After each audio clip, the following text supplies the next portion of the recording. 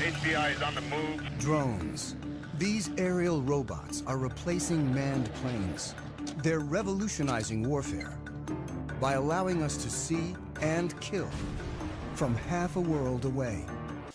Will drones soon replace even the most sophisticated manned planes and become a part of our everyday lives? A revolution is underway as manned planes are replaced by drones. Are we approaching a time when movies like The Terminator become our reality? God, some machines are starting to take over. A time when machines fly, think, and even kill on their own. A topic of great debate, especially during the last couple of months, is the use of UAV or unmanned aerial vehicles. When UAVs were originally being used, it was for military purposes of reconnaissance and in some cases carrying missiles. They were used to go behind enemy lines in order to have a set of eyes there without putting military personnel in danger. When they were used to fire missiles, we started hearing about drone strikes. Yes, UAVs do have a military background and were in fact created for that specific purpose, but that is not the only thing they are useful for. Many people do not understand how extremely valuable this technology is becoming in our present day and age, and how far removed this technology can be from military use. Over the last year or so, I have been involved in a research project here on campus in the geography department, building and working with UAVs. Through my research and becoming more familiar with the technology and techniques used with UAVs, I have been exposed to the vast array of uses for this technology, which are constantly increasing every day.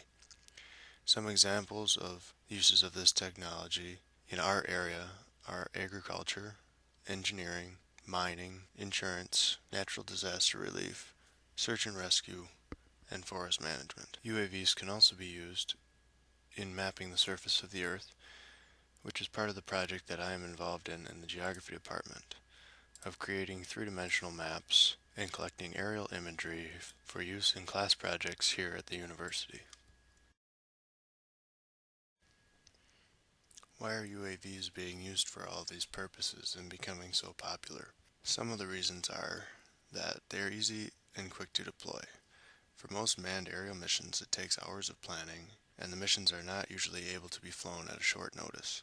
But when using a UAV, it can be deployed at a moment's notice with substantially less mission planning time. UAVs are also very economical and can save companies thousands and even tens of thousands of dollars. A high-quality UAV costs between $5,000 and $10,000, which seems expensive, but compared to renting a helicopter or plane, which costs thousands of dollars per hour, it is a very reasonable option. Every year, manned aerial missions end in disaster and loss of life. UAVs allow for safe, unmanned missions that can accomplish the same tasks as manned missions, but taking pilot and crew members' lives out of danger. Another reason is that UAVs are very maneuverable. They can squeeze into tight places that a full-size aircraft could never get into, giving them the ability to take very close-up, high-resolution images that show much greater detail. When using UAVs in agriculture, they can be used to oversee tilling, planting, and pesticide application processes around the property. The whole operation can be supervised from a central location and not have to go out into the fields to see what is happening. This can cut down on the amount of employees needed at the farm. Another use that can make farming more economical and profitable is using UAVs to inspect crop health and help with weed control. Through aerial imagery, you can tell where your fields need more or less water, or where the crops may be diseased or dying. This image is a near-infrared image of a farmer's field that shows areas of healthy crops in the dark green color and areas of dying crops in the yellow and reds. By looking at this imagery, farmers can better use water and apply pesticides and fertilizer only as needed instead of spreading the whole field. It also saves them money using a UAV because they don't have to pay workers to walk the fields and take crop samples.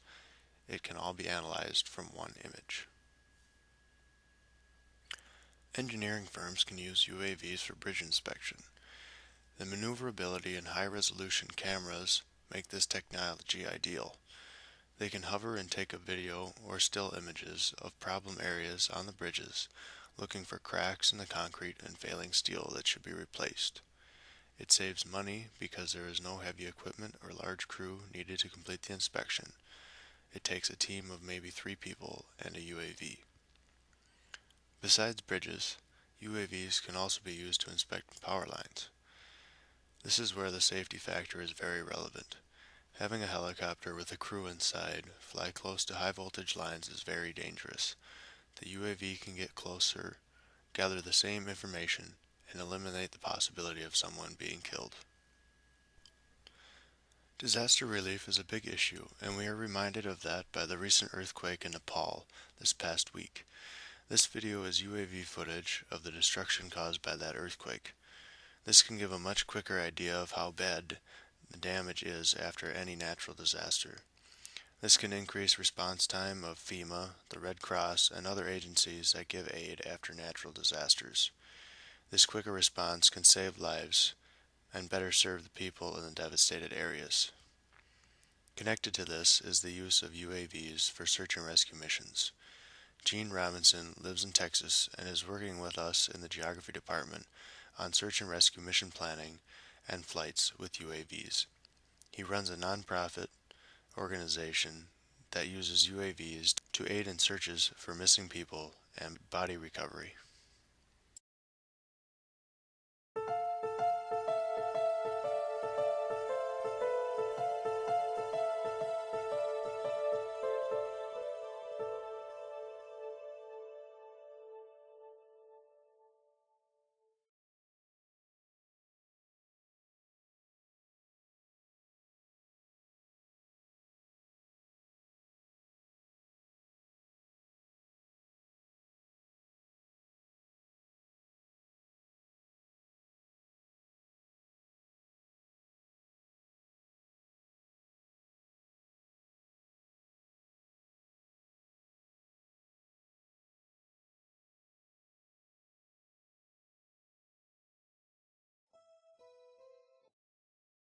Just last April, we were involved in a case that was particularly difficult for us to get through. There was a 2.5-year-old child that went missing in southeast Texas. Texas Rangers were involved, several law enforcement agencies were involved, and they had been searching for this child for 5 days and had nothing to show for it.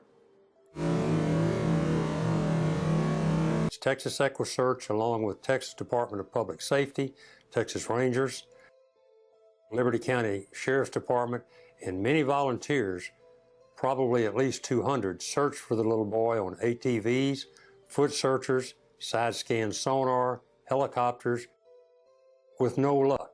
You know, it's pretty emotional. They called that search off basically at noon that day on a Saturday. And majority of the searchers had already left. We kept a small handful of us around there. On the final day, we called Gene Robinson, and he brought in a drone very similar to this one here that I have on my desk. Gene came down and launched his drone, and within less than 15 minutes, the camera on board, a drone very similar to this, spotted the little boy in the lake. Little Devin Davis, as tiny and small as he was in the water with all the hydrillas, you couldn't get a boat through there, you couldn't do anything. There was literally 2 alligators in a very close vicinity where little Devin's body was found, and that had been in there over a week. So, you know, it could have been any moment, or certainly within a few days, that the alligators would have got to the little 2.5-year-old's body. Would have never ever been found if it wouldn't have been for Gene Robinson and the drone. Currently, all the uses I have described are illegal if done for commercial use. The FAA has a set of rules in place that limit what can be done with UAVs at the present time. However, they are working on a new set that will allow UAVs to be used commercially. Right now, you must be flying the UAV as a hobby. You must stay out of no-fly zones, which include airports, above certain elevations where commercial planes fly, and away from government buildings such as the White House and Capitol Building in Washington, D.C. There have been issues with airspace being invaded by UAVs in the last few months, such as landing on the White House or Capitol lawns, or at airports. During operation, the UAV must be visible by the pilot from the ground without using binoculars or any other visual aid. Finally, there are weight, speed, and altitude restrictions. Currently, all UAVs must be under 50 pounds and not exceed 100 miles per hour while they are flying. They also must stay below 500 feet of altitude when in flight. UAVs are an up-and-coming technology that can revolutionize how aerial data is collected. It is just as or more capable than manned vehicles are, and when used properly can be a huge asset to companies, police, and rescue units, and serve as a pretty cool hobby for people who enjoy aerial photography and cinematography.